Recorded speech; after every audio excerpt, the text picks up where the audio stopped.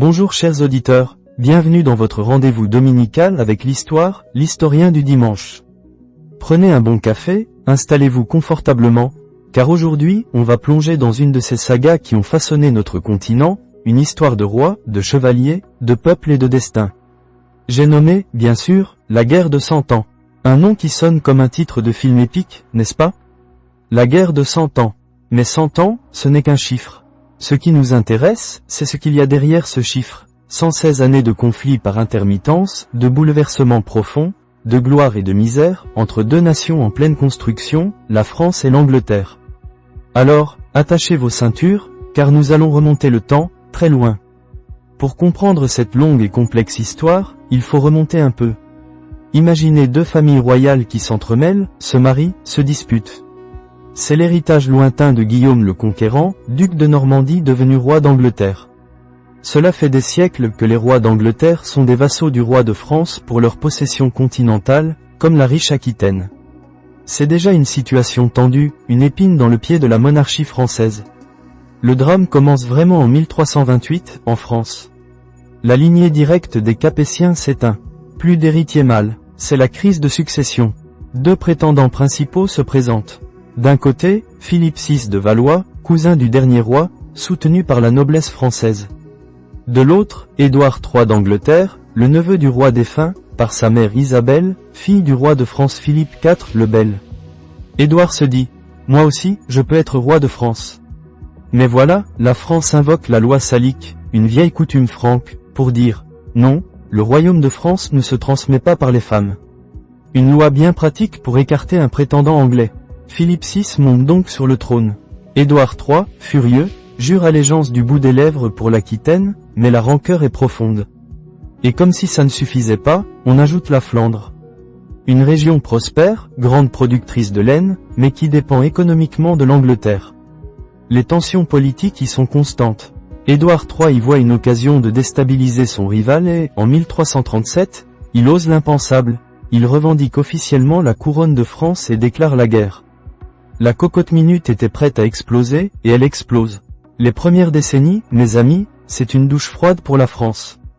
On s'imagine une armée française, forte de sa chevalerie, balayant tout sur son passage. Erreur. Les Anglais, avec leurs archers équipés du redoutable arc long, vont donner des leçons inoubliables. La première, c'est à Crécy, en 1346. Une date gravée au fer rouge dans l'histoire de France. L'armée française, pleine de panache, mais désorganisée, se jette sur les positions anglaises. Les archers anglais, cachés, déchaînent un déluge de flèches. Des milliers de chevaliers français tombent, désarçonnés, transpercés. C'est un carnage, une humiliation sans précédent pour la fleur de la noblesse française. Le roi de France Philippe VI fuit le champ de bataille. 10 ans plus tard, c'est la catastrophe de Poitiers, en 1356. Le prince noir, le fils d'Édouard III, un chef de guerre talentueux et impitoyable, affronte le roi de France, Jean II le Bon. Et là, l'impensable se produit. Le roi de France est capturé. Imaginez le choc, la consternation.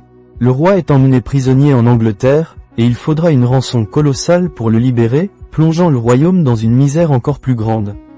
C'est le désordre, la révolte paysanne, la jacquerie éclate. La France est à genoux.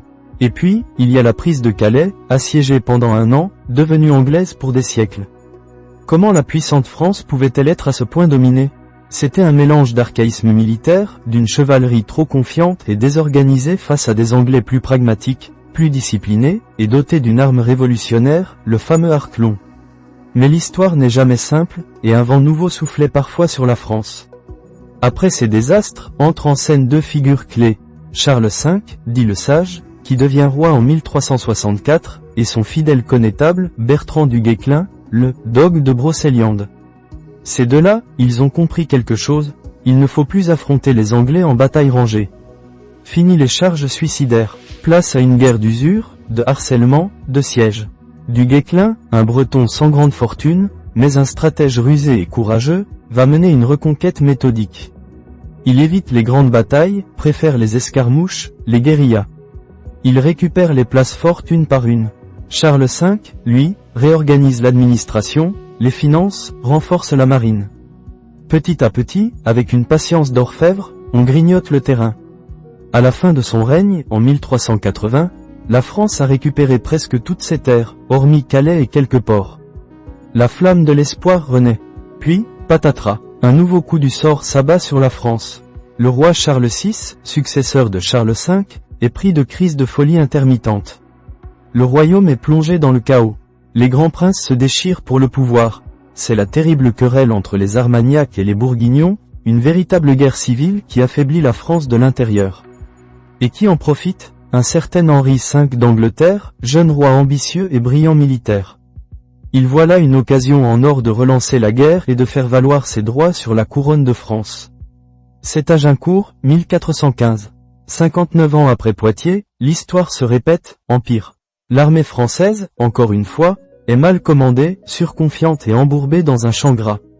Les archers anglais, bien postés, font des ravages. La noblesse française est massacrée. Henri V est un génie militaire. La France saigne à blanc. 5 ans plus tard, le coup de grâce, le traité de Troyes, en 1420.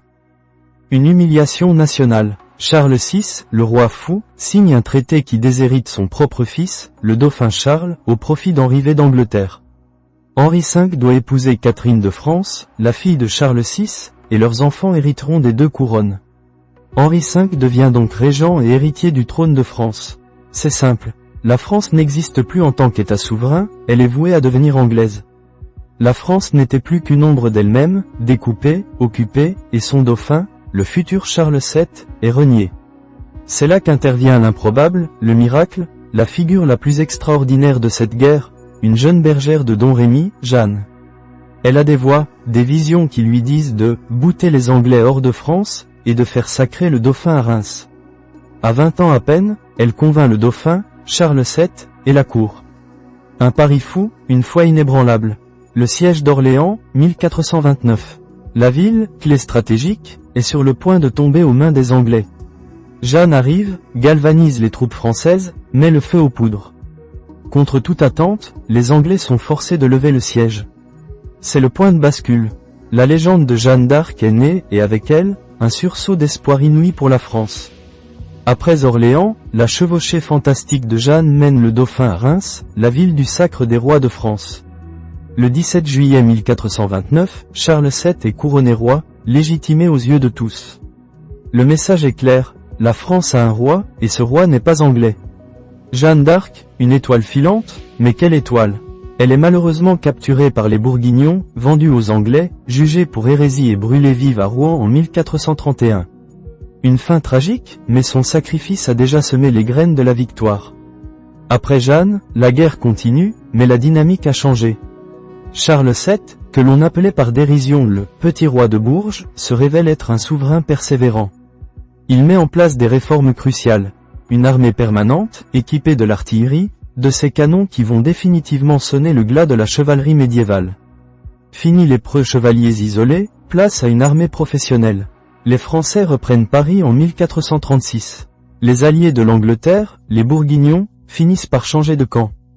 La lassitude est générale. Les Anglais perdent pied. Les batailles de Formigny en 1450 et surtout de Castillon en 1453 sont décisives. À Castillon, les canons français anéantissent l'armée anglaise. C'est la fin. En 1453, la guerre se termine officiellement, mais sans traité de paix. Les Anglais ne conservent sur le continent que Calais, pour un siècle encore. Après 116 ans, la France est enfin libre de l'emprise anglaise. Alors, que retenir de cette épopée, mes amis? 116 ans de guerre, de misère, de famine, de peste. La peste noire a sévi en plein milieu du conflit, mais aussi de transformations profondes. C'est la fin d'une certaine idée de la chevalerie, des grandes charges héroïques. La guerre devient plus moderne, plus technique. L'artillerie, l'infanterie prennent le pas sur les cavaliers en armure. Mais surtout, c'est l'émergence d'une nation. Avant, on se sentait d'abord gascon, picard, breton. Face à l'ennemi commun, à travers les souffrances partagées, est née une conscience française. Jeanne d'Arc n'a-t-elle pas parlé du « doux royaume de France ». Le roi de France, auparavant simple seigneur féodal, devient le symbole de cette nouvelle identité nationale. C'est la naissance de l'État moderne, centralisé, avec une armée et une administration permanente. Pour l'Angleterre aussi, la guerre a des conséquences. Elle se replie sur elle-même, renonçant à ses ambitions continentales, et se tourne vers la mer, vers le commerce, vers la construction de son empire futur. Ironie de l'histoire, la guerre de 100 ans marque la fin de l'Angleterre française, celle des Plantagenets, et le début de l'Angleterre insulaire, tournée vers son destin maritime. Une page se tourne, une autre s'ouvre. La France et l'Angleterre, après cette longue et sanglante querelle familiale, vont continuer à exister, à grandir, à se définir, chacune de leur côté, avec cette histoire commune gravée dans leur mémoire. C'est un peu ça, la richesse de l'histoire, non ? Comprendre comment le passé a façonné notre présent. Merci d'avoir été avec moi pour ce voyage à travers les âges, à la rencontre des rois, des batailles et des héros de la guerre de 100 ans. J'espère que cette plongée vous a passionné autant qu'elle me passionne. À bientôt, pour une nouvelle tranche d'histoire, ici, dans l'Historien du dimanche. Prenez soin de vous.